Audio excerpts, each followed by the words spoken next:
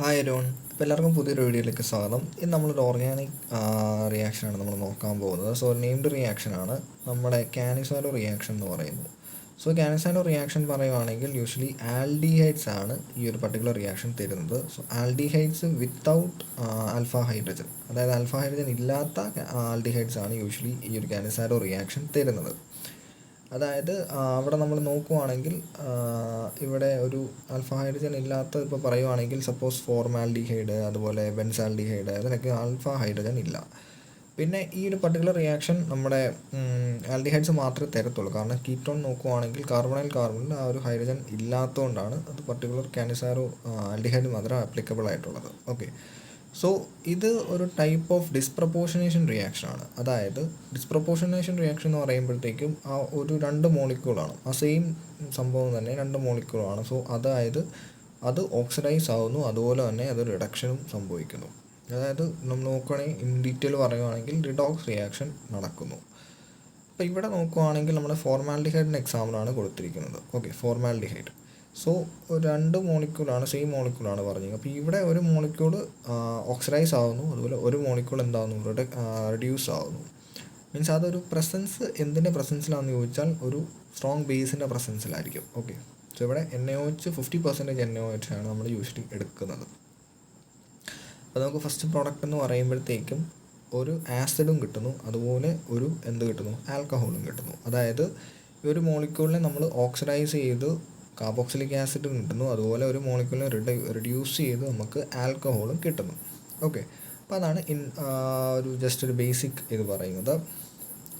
അപ്പം ഇവിടെ നോക്കുകയാണെങ്കിൽ ഒരു സോഡിയം സോൾട്ട് ഓഫ് കാർബോക്സിലിക് ആസിഡാണ് കിട്ടിയേക്കുന്നത്. അതുപോലെ ഇവിടെ നോക്കുകയാണെങ്കിൽ ഒരു ആൽക്കഹോളും കിട്ടി, അല്ലേ, മെത്തനോൾ നമുക്ക് കിട്ടി.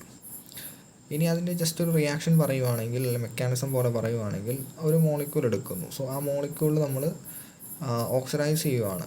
സോ ഇവിടെയാണ് ആ ഒരു O ഒന്ന് അറ്റാച്ച് ചെയ്ത് നിൽക്കുന്നത്. സോ ഇവിടുന്ന് H നമുക്ക് പോവും.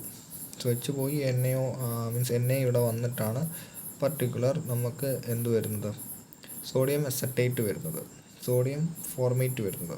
ഓക്കെ, സോ സെക്കൻഡ് എന്ന് പറയാൻ റെഡ്യൂസ് ചെയ്യുവാണ്. സോ ഇവിടെ ഓക്സിഡൈസ് ചെയ്തു, റെഡ്യൂസ് ചെയ്യുവാണ് സെക്കൻഡ്. സോ ഇവിടെ ഡബിൾ ബോണ്ടാണ് ഹൈഡ്രജൻ വന്ന് അറ്റാക്ക് ചെയ്യുന്നത്, അതുപോലെ ഇവിടുത്തെ കാർബണിലും വന്ന് അറ്റാക്ക് ചെയ്യുന്നുണ്ട്.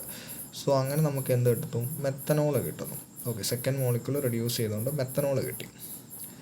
ഇനിയും അത് ഒരു എക്സാമ്പിളായിരുന്നു. മീൻസ് സെൽഫ് കാനിസാരോ എന്നാണ് ഇത് പറയുന്നത്, ഒറ്റ മോളിക്യൂൾ തന്നെയുള്ളത്. ഇനി സെക്കൻഡ് കേസാണ് രണ്ട് molecule, different types of molecule വന്ന് ചെയ്യുമ്പോഴും വരുന്നത് എങ്ങനെയാണെന്ന് ചോദിച്ചാൽ HCOH ഉണ്ട്, അതുപോലെ ഇതെന്തുണ്ട്, ഇത് നമ്മുടെ ബെൻസാൽഡിഹൈഡിൻ്റെ ഇതാണ് പറയുന്നത്. സോ അത് നമ്മൾ KOH വെച്ച് റിയാക്ട് ചെയ്യും. സോ KOH ആണ് ഇവിടെ ഉള്ളത്, 50%, അതുപോലെ ആ ഒരു കോൺസെൻട്രേഷൻ തന്നെ എടുക്കുക. അപ്പോൾ ഇവിടെ ഈ ഒരു പർട്ടിക്കുലർ ബെൻസാൽഡിഹൈഡ് നോക്കുവാണെങ്കിൽ അത് റെഡ്യൂസ് ചെയ്തു, OH ആയി. ഓക്കെ, അതുപോലെ മറ്റേത് നമ്മുടെ എന്ത് ചെയ്തു, ഓക്സിഡൈസ് ചെയ്ത് ഈ ഒരു പർട്ടിക്കുലർ ഇതുണ്ടായി, അതായത് പൊട്ടാസ്യം ഫോർമേറ്റ് ഉണ്ടായി.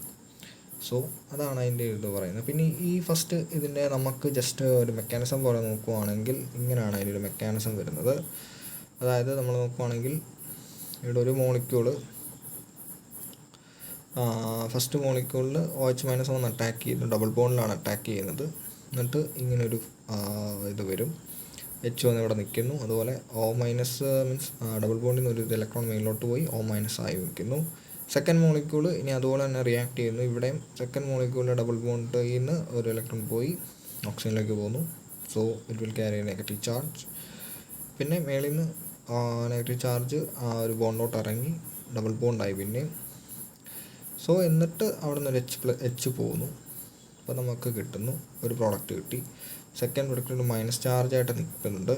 സോ അത് എന്നിട്ട് ഒന്നുകൂടെ ഇത് റിയാക്ട് ചെയ്തിട്ടാണ് എന്ത് നമുക്ക് ആസിഡും അതുപോലെ ആൽക്കഹോളും കിട്ടുന്നത്. സോ ഇത്രയാണ് നമ്മുടെ കാനിസാലോ റിയാക്ഷൻ. സോ വീഡിയോ എല്ലാവർക്കും ഇഷ്ടമാണെന്ന് വിചാരിക്കുന്നു. ചാനൽ സബ്സ്ക്രൈബ് ചെയ്യുക, ലൈക്ക് ചെയ്യുക, ഷെയർ ചെയ്യുക.